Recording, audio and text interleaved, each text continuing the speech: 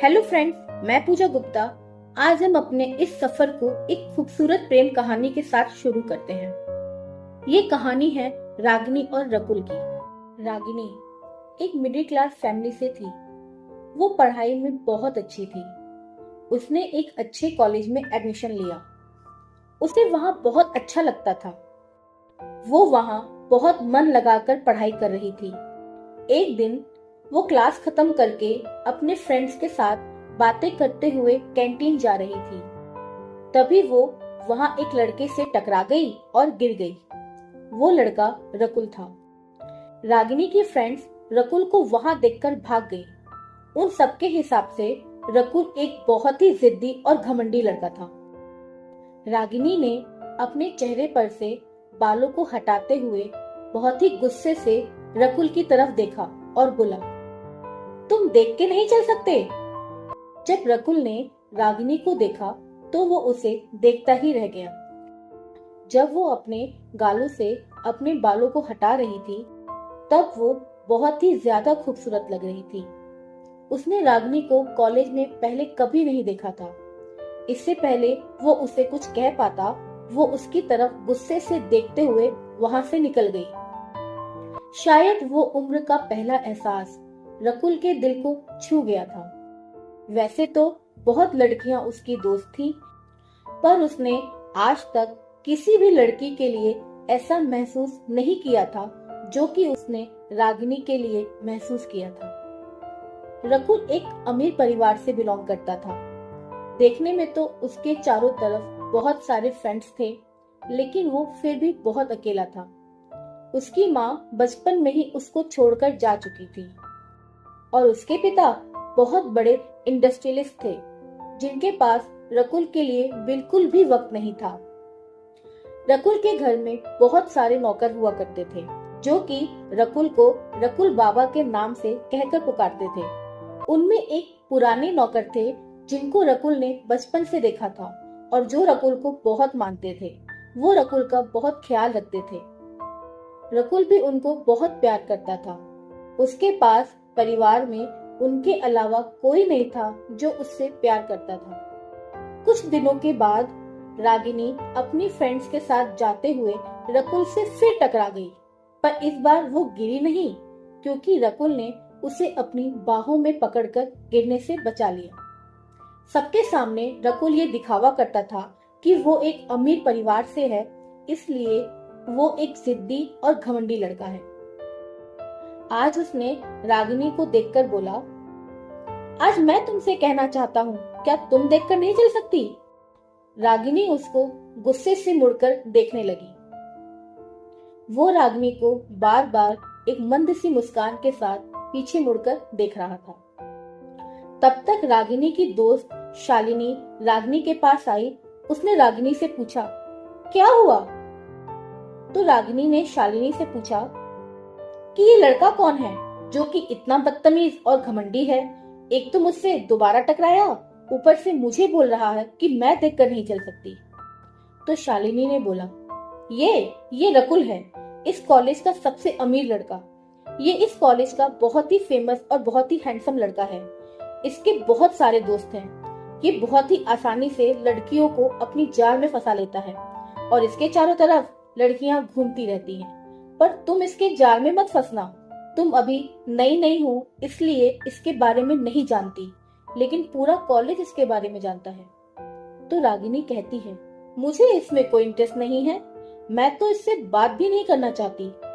और वो वहां से शालिनी के साथ अपने क्लास में चल देती है। आज रकुल के दिमाग में बार बार रागिनी का चेहरा आ रहा है। उस दिन जब वो अपने चेहरे से बालों को हटा रही थी और आज जब वो उसकी बाहों में थी। वो दृश्य रकुल के आंखों के सामने से जाता ही नहीं।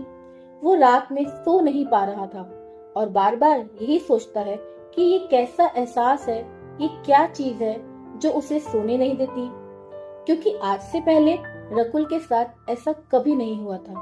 और अगले दिन, तो आपको क्या लगता है कि अगले दिन क्या हुआ होगा? जब रकुल कॉलेज आता है तो वो देखता है कि रागिनी रास्ते में एक आदमी से लड़ रही है। वो अपनी गाड़ी रोकता है और वहाँ खड़े एक आदमी से पूछता है कि यहाँ क्या हुआ है? वो आदमी उसे बताता है कि यहाँ एक एक्सीडेंट हुआ है। एक स्कूटी वाले ने उन बुजुर्ग महिला को टक्कर मार दी और वो गिर गई। उन्हें चोट आ गई। ये लड़की यहाँ से गुजर रही थी। इसने उन महिला की मदद की और उस स्कूटी वाले से लड़ रही है। फिर रकुल देखता है कि रागिनी उस महिला के साथ एक ऑटो में बैठकर उन्हें हॉस्पिटल ले गई। रागिनी को बूढ़ी दादी की मदद करते हुए देख रकुल को बहुत अच्छा लगता है, क्योंकि किसी वजह से रकुल बुजुर्ग लोगों के प्रति बहुत ही संवेदनशील है। अब जब वो कॉलेज पहुंचता है तो वो कॉलेज में रागिनी का इंतजार करता है। रागिनी के लिए उसके मन में जो एक एहसास था वो आज रागिनी को उन बूढ़ी दादी की मदद करते देखने के बाद और बढ़ गया था। शायद वो प्यार का पहला एहसास बन चुका था। रागिनी से बात करने के लिए वो बहुत व्याकुल था। वो अब किसी भी हालत में रागिनी से बात करना चाहता था, पर अब तक रागिनी कॉलेज नहीं पहुंची थी और रकुल को किसी काम की वजह से कॉलेज से जाना पड़ा। मतलब आज रकुल रागिनी से बात नहीं कर पाया। वो फिर आज रात नहीं सो पाया। अब तो रागिनी का चेहरा मानो उसके सामने से जा ही नहीं रहा था। उसे बस सुबह का इंतजार था। वो जल्दी से कॉलेज जाकर के रागिनी से मिलना चाहता था। किसी तरीके से रात बीती और सुबह हुई। वो जल्दी तैयार होकर कॉलेज चला गया। आज वो क्लास में नहीं गया था। वह गेट के पास खड़ा होकर रागिनी का इंतजार कर रहा था। थोड़ी देर बाद उसने रागिनी को शालिनी के साथ कॉलेज आते हुए देखा। उसने शालिनी को अपनी ओर बुलाया। शालिनी और रागिनी दोनों साथ में रकुल की तरफ आ रहे थे। रकुल की निगाहें सिर्फ रागिनी पर ही थीं। जब दोनों उसके पास आए तो उसने रागिनी को देखकर बोला कि तुम किस क्लास में हो? रागिनी ने कोई जवाब नहीं दिया, पर शालिनी ने बोला कि ये फर्स्ट ईयर की स्टूडेंट है और इसने अभी अभी ज्वाइन किया है। तो रकुल शालिनी से बोलता है कि जहाँ तक मुझे याद है तुम तो सेकेंड ईयर की स्टूडेंट हो, तो तुम इसको कैसे जानती हो? तो शालिनी ने कहा ये मेरे घर के पास ही रहती है और मैं इसे बचपन से जानती हूँ।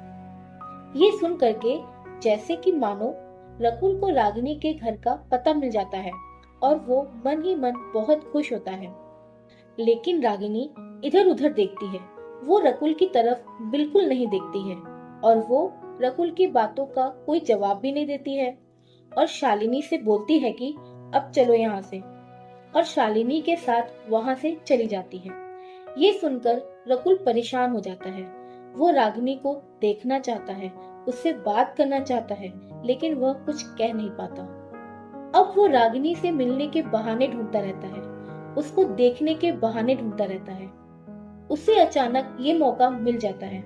जब वो कैंटीन में अपने फ्रेंड्स के साथ जाता है तो वो देखता है कि रागिनी वहाँ शालिनी के साथ बैठी हुई है। वो ये देखकर बहुत खुश होता है। वो वेटर को बुलाता है और वेटर से कहता है कि वहाँ जो दो मैडम बैठी हैं उनसे पैसे मत लेना। जब रागिनी काउंटर पर पैसे देने जाती है तो वो पैसा लेने से मना कर देता है। तो रागिनी कहती है कि ऐसा क्यों, आप पैसे क्यों नहीं ले रहे? तब काउंटर पर बैठा आदमी बोलता है, रकुल सर ने कहा है कि मैं आपसे पैसे न लूं। इस बात पर रागिनी को बहुत गुस्सा आता है और वो सबके सामने रकुल के पास जाकर बोलती है कि अपने पैसों का रौब मुझे मत दिखाना। मैं तुम्हारी दोस्त नहीं हूँ और ना ही तुम्हें मेरे लिए कुछ करने की जरूरत है। और रागिनी इतना बोलकर वहाँ से चली जाती है। अब तो जैसे मानो रकुल पागल ही हो जाता है और अब उसे किसी भी हालत में रागिनी से बात करनी है। वो वहाँ से निकलकर रागिनी के पीछे जाता है और उसका हाथ पकड़कर कहता है कि मुझे तुमसे बात करनी है, तुमसे दोस्ती करनी है। रागिनी रकुल को अपना हाथ पकड़ते देख और गुस्सा हो जाती है और उससे कहती है कि मुझे तुमसे कोई बात नहीं करनी, कोई दोस्ती नहीं करनी। मैं तुम जैसे लड़कों को बहुत अच्छे से जानती हूँ। मैं तुम्हारे उन दोस्तों की लिस्ट में नहीं हूँ जो तुम्हारे आगे पीछे घूमते हैं। मैं यहाँ सिर्फ पढ़ने आई हूँ, ना कि तुम जैसे लोगों से दोस्ती करने। तो प्लीज आज के बाद मुझसे दूर ही रहना और मेरे पास आने की कोशिश भी मत करना। इतना कहकर रागिनी वहाँ से चली जाती है और रकुल उसको देखता ही रह जाता है। रकुल इस बात से इतना दुखी हो जाता है और इतनी इंसल्ट फील करता है कि वो तुरंत ही कॉलेज से चला जाता है।